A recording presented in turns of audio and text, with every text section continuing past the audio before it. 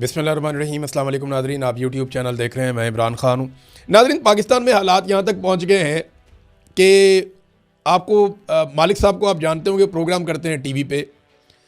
तो मालिक साहब ये वो शख्सियत हैं जिन्होंने इमरान खान साहब के सामने बैठकर गिरबान पकड़ने की बात की थी।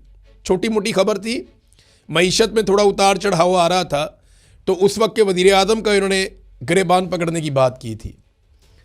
तो इमरान खान ने बड़ी कुशादा दिली से वो बात सुनी भी और उसका जवाब भी दिया।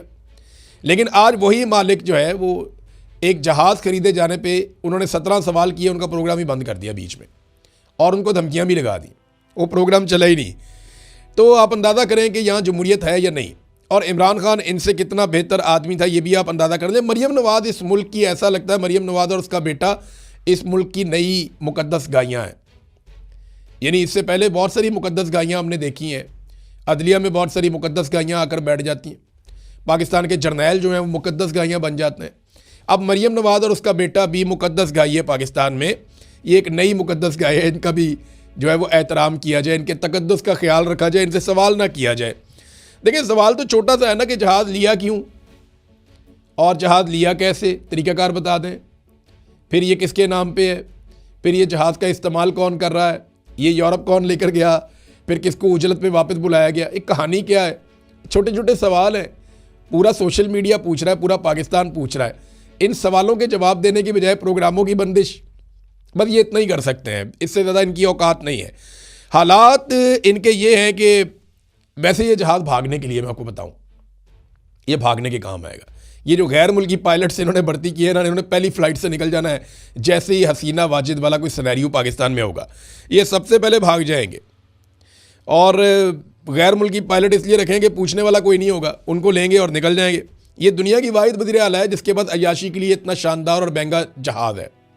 किसी और वज़ीर आला के पास इतना महंगा और अय्याशी वाला जहाज़ पूरी दुनिया में नहीं है, बल्कि बड़े बड़े अमीर ममालिक के हुक्मरानों के पास ऐसे अय्याशी वाले जेट नहीं हैं प्राइवेट, जैसा इस अय्याशी वाली वज़ीर आला के पास अय्याशी वाला जहाज़ है।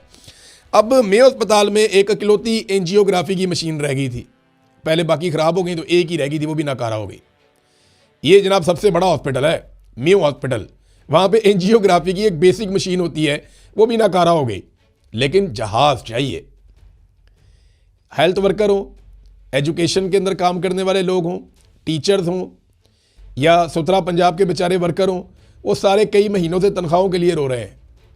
आम आदमी को, गरीब को तनख्वाह नहीं मिल रही। बेशुमार बच्चे जो है, 1 करोड़ बच्चा है वो स्कूलों से बाहर है पंजाब में, लेकिन 11 अरब रुपए का अय्याशी वाला जहाज़ चाहिए।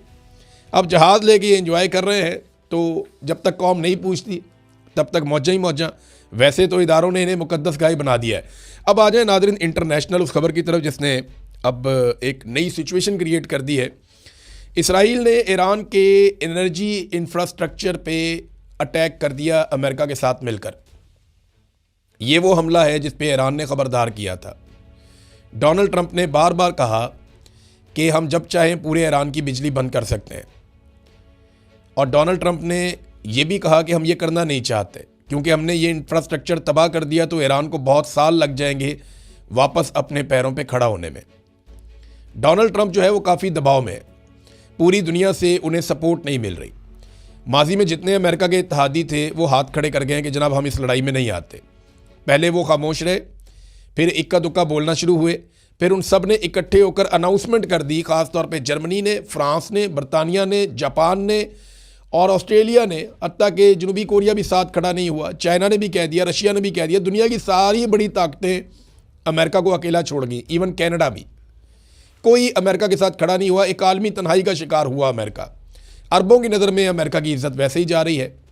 तो डोनाल्ड ट्रंप की फ्रस्ट्रेशन और गुस्सा बढ़ रहा है। हालात यहाँ तक पहुँच गए हैं कि वाइट हाउस में कशीदगी पैदा हो गई, क्योंकि जो वाइस प्रेसिडेंट है अमेरिका के, जेडी वेंस, वो इस लड़ाई से राज़ी नहीं है। वो अपने आप को, ये जो इसराइल की लड़ाई है इससे अपने आप को दूर रखना चाहते हैं, और ये अब दिखाई दे रहा है। उनके एक दो इंटरव्यूज़ में ये बात सामने आई, फिर कुछ लोगों ने जो उनसे रब्ता किया तो वो गुरेज कर रहे हैं। जेडी वेंस अपने आप को दूर रखना चाह रहे हैं। एक डायरेक्टर का इस्तीफ़ा भी आ गया है, कुछ और इस्तीफ़े भी सुनने में आ रहा है कि अमेरिका में आ सकते हैं।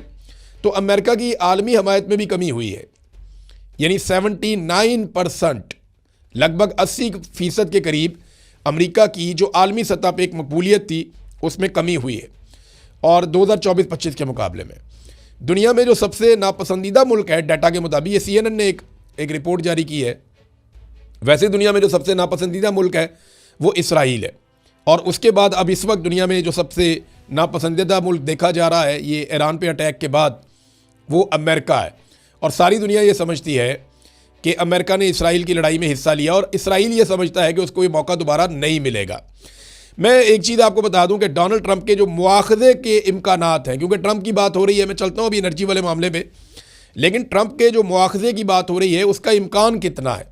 69%, 69% इस बात का इम्कान है कि डोनाल्ड ट्रंप की इम्पीचमेंट कर दी जाएगी। ये एक ऐसा प्रोसेस होता है मुआखज़ा करना या इम्पीचमेंट करना जिससे सदर फारिग हो जाता है। सदर के पास इख्तियारात रहते नहीं है, और अगर ये फारिग कर दिया जाए तो फिर नायब सदर आ जाएगा। तो नायब सदर उसके लिए ऐसा लगता है अभी से तैयारी कर रहा है, अपने आप को उन सारे कंट्रोवर्शियल मामला से दूर रख रहा है जिसमें डोनाल्ड ट्रंप ने फंसा दिया है। तो क्या डोनाल्ड ट्रंप के पास वक्त कम रह गया है? ये बहुत इंपॉर्टेंट है अमेरिका और दुनिया भर के लिए। ये एक टर्निंग पॉइंट साबित हो रही है लड़ाई। ये ऐसा लगता है कि वर्ल्ड ऑर्डर तब्दील हो रहा है। अब अमेरिका के पास पीछे हटने का रास्ता भी नहीं है और इसराइल भी इसके अंदर बहुत बुरी तरह फंस गया है। इन्होंने जो अटैक किया है वो पारस गैस फील्ड है जहाँ पे अटैक किया गया है। ईरान अपनी ज़रूरत की 80% गैस यहाँ से हासिल करता है, जबकि 40% बिजली जो पूरे ईरान के अंदर जाती है 40% इलाकों में, वो ईरान की इस इलाके से बनती है, इसी गैस फील्ड से बनती है। और यहाँ पे अटैक किया गया है इसराइल और अमेरिका की जानिब से।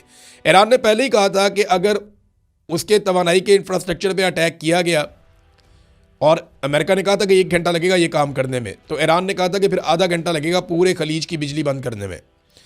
अब क्या तवानाई का बहरान पूरे खलीज में पैदा हो जाएगा? क्योंकि यहाँ मेरे पास एक और भी खबर है। ईरान ने अरब ममालिक की तरफ जाने वाली ज़ेरे ज़मीन जो केबल है, इंटरनेट केबल, उसे काटने का भी इंदिया दिया है, और इसका फ़ैसला ईरान आज रात को करेगा। ये खबर आ चुकी है, ईरान आज रात को ये फ़ैसला करेगा कि क्या वो इंटरनेट केबल काटने जा रहा है या नहीं। क्योंकि ईरान को ये लगता है कि इस इंटरनेट के ज़रिए से बहुत सारी चीज़ें मैनेज की जाती हैं और बहुत सारी सहूलत मिलती है अमेरिका को, इसराइल को, कि वो इस रीजन के अंदर इंटरफेरेंस करता है। अगर ये इंटरनेट केबल काट देंगे तो काफ़ी सारी इन्फॉर्मेशन मिलना उनको बंद हो जाएगी, उनको बहुत सारी सहूलत मिलना बंद हो जाएगी। अब इसका नुकसान पाकिस्तान और भारत जैसे ममालिक को भी होगा, गो के ईरान को भी हो सकता है। लेकिन ईरान ने अरब ममालिक की इंटरनेट केबल काटने का जो एक इंदिया दिया है, ये भी एक बड़ी इंपॉर्टेंट चीज़ है। मगर उन्होंने कहा था कि खलीजी ममालिक के ऊपर वो अटैक करेंगे। अब वो करते नहीं करते ये आपको भी पता चल जाएगा, क्योंकि एनर्जी का इंफ्रास्ट्रक्चर ईरान का अब छेड़ दिया गया है, जिस पे मना किया था डोनाल्ड ट्रंप ने और इसराइल ने। ये क्यों किया? देखिए, एक बात आप याद रखें कि इसराइल को ये बात समझ आ गई है कि ये वो आखिरी मौका है जिसको हाथ से नहीं जाने देना। इसराइल हर हाल में ईरान की मुकम्मल तबाही चाहता है। उसे ये पता है कि ये मौका हाथ से निकल गया तो दोबारा कभी अमेरिका हाथ नहीं आएगा, क्योंकि अमेरिका में जितनी बेइज्जती मौजूदा हुकूमत की हो गई है, दोबारा कोई हुकूमत इसराइल के कहने के ऊपर इस लड़ाई में नहीं उतरेगी। और जिस तरह दुनिया ने अमेरिका को अकेला कर दिया है, अब ईरान के ऊपर दोबारा अटैक करना अमेरिका को साथ लेकर इसराइल के लिए ख्वाब रह जाएगा। अब तक के लिए इतने, अपना ख्याल रखिएगा, अपने इस चैनल का भी। अल्लाह हाफ़िज़।